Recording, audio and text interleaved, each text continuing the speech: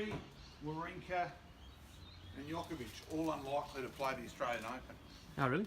What about Serena? Is she playing? Yeah, Serena's back. Despite the fact not having played, having a child, she's still favourite. So is that a sign of where the comp's at or how good she is, or a bit of both? Australian selection, Maxwell. All right, TK, here we are. Gathered again at the home of football. We're back. Happy New Year 2018. Surely 2017, surely Richmond going top didn't really happen. So I think we'll just erase that. It didn't happen. So at the home of football, Jeff Wilson, Cameron Pearce, they are. The Ashes, the Steve Smith series in a lot of reality. Steve Smith effectively has won 2 test matches and drawn the other. Like, he's just been quite incredible as a series of just an individual dominating a series. Australian bowling attack, it's done its job. I'm so wrapped it sounds like Moeen Ali is going to play the last test, so it means that Nathan Lyon has got a chance to set a world record for dismissing the same player the most number of times in a series. Why he's still playing, that's got me beat. You know, that's just absurd. Surely you could see watching in Melbourne, and I was there on Boxing Day, his confidence is just shot, completely shot. Now on to Boxing Day, TK, in Melbourne. Isn't it wonderful? The other tests, the other cities in Australia are finally learning something from the city of churches. Finally. They're opening up an area out the back. How Adelaide has 55,000 people at the test match, of which half the people are out the back. Not quite half, but in terms of a huge percentage. Other states are now finally clicked on. Understand in Sydney this week, they've finally opened up the back of the practice area there, exactly like we've got with Adelaide number 2. So very pleasant to say about Adelaide setting the example and teaching others. Back to the Ashes in terms of the wicket in Melbourne, it was putrid. It was a disgrace. No problem at all that they've been put on notice. But, and we emphasise the but, what happens with the Indian wickets when they're nowhere near it? We all acknowledge how bad some of those Indian goat tracks are. Well, is there going to be any consistency in world cricket? Or is it another ICC? Is it really the ICC? Is it really the Indian Cricket Board which control world cricket and that their wickets won't be touched? We eagerly wait and see. Will there be any consistency, or will it be the quite often still hypocritical crap of world cricket?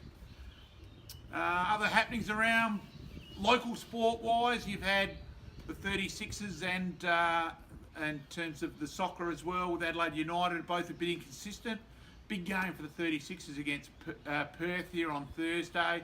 Mitch Creek back last game against New Zealand. Ironic that New Zealand were top before that game, and yet the 36ers have beaten them the 3 times they've played them. So hopefully him back, that'll help there. Soccer-wise, a little bit weird. Now we lose 3 players from here. And good luck to Paul Izzo, brother of Toaster from work. But why have we got 3 there? All the coaches back here are saying that the competition they're going to play in is nowhere near the A-League. So there seems to be a little bit weird. And also they've taken a huge squad over with China. So that's confusing as well. So we'll just wait and see in that way and see what the repercussions are. In terms of tennis world, TK, it's the start of the season. Already they're saying that Murray, Wawrinka are both in hue, and Djokovic are all in serious doubt of playing the Australian Open. Seems a bit weird. Hang on, aren't we trying to do like footy where you do a pre-season after your gap to hit the season running? So, and tennis, it's not exactly like they're not well paid enough to be able to afford to hire everything that those top guys have, all the top physios, top rest, all that sort of thing. So that's also a bit bemusing. Sam Stosur lost overnight in Brisbane in the first round. Geez, at least she's consistent. Unfortunately, look, Sam Stosur, it's nothing against her personally, but she may well be our weakest ever sports person mentally. That she really just struggles and just can't deliver. Almost like she has to be an overwhelming underdog to ever win a game. And that. In the tennis side of things, probably the good news story is Ash Barty. Couldn't really decide what he wanted to do. Went and actually played a season of Big Bash with the ladies cricket in the equivalent there. Came back to tennis, starting off at number 272 at the start of the year. She's up to number 19 now. So that's she's had a fantastic year. Her, Samantha Kerr, probably, as good as the female side of things, sporting-wise, for the year. So all the best to her in that regard. The bake of the week, the Australian selection panel. My God. Agar to start with in the squad. He bowls left arm orthodox. Your jokes at half-time in Adelaide Uni games in the past were better than that, TK. He's a bit of a batsman, a bit of a bowler. He's a one-day cricketer. To have got included in the test squad to start with. Holland has been our best performed domestic bowler the last 2 years. 50-odd wickets in the Shield cricket last year. If we're not going to pick from the domestic competition, what the hell's the point? Now, Glenn Maxwell, not picked in the one-day side. Starts off the season not picked in the test team. After making 100 in India, after being one of our better batsmen than 2 losses to Bangladesh, comes back, told to go away and perform, makes 278, gets a stinker of an LBW for 96. It would have been out if he was a draft. What else can he do? And then the other bit is saying, his one-day performances haven't been good enough from the past one-day games. Well, Finch hasn't made a run in one-day cricket for a fair while before that. Sean Marsh got player of the series for the one-day domestic tournament at the start of the year, and yet he's been left out. Honestly, Arthur, Martha, Adam and Eve, do any of them make sense with this Australian selection panel? It is bemusing, bewildering.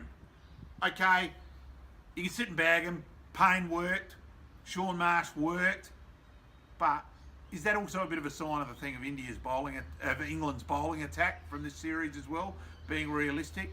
But this one-day series at the moment, with Glenn Maxwell, for mine, it smacks off. He doesn't fit in. He's not one of the boys. Obviously, besides away from the cricket field, it seems like he's not that well liked. It's the only thing you can come up with, the way he's been ostracised and that. Has he cooked his own goose behind the scenes? Quite possibly. But it does seem bizarre, and the selection panel is bemusing. So we're back into the world of sport for 2018. Thank you, TK. And it's over, Rulebook. Over and out! That'll scare the shit out of the guy at the gym. He's not the first guy that's been left out because of personality. No. Jeez, I couldn't think of Djokovic's name. Sorry about that. McGill.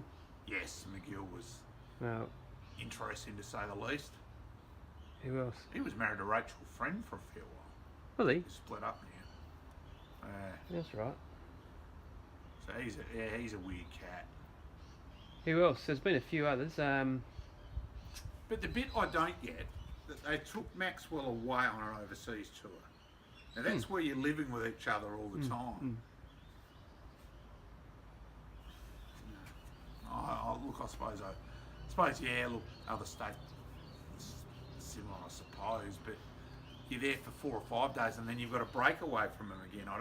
It's not like 30 or 40 days in a row, it's just weird. I just don't get it. I think he's a player of amazing talent. Sure. I don't think he's mentally going to spill over.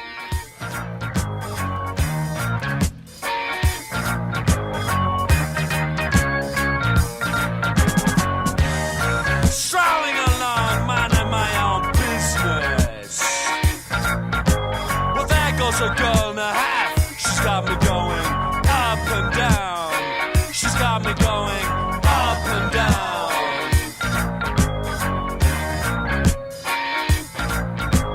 Walking on the beaches, looking at the beaches. Well, I got the notion, girl, that you got some suntan lotion in that bottle of yours.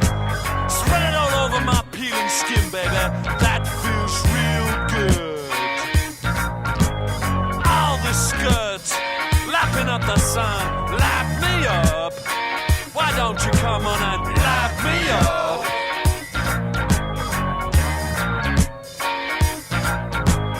Walking on the beaches, looking at the beaches. Well, there goes another one just lying lying down on the sand dunes. I better go take a swim and see if I can cool down a little bit.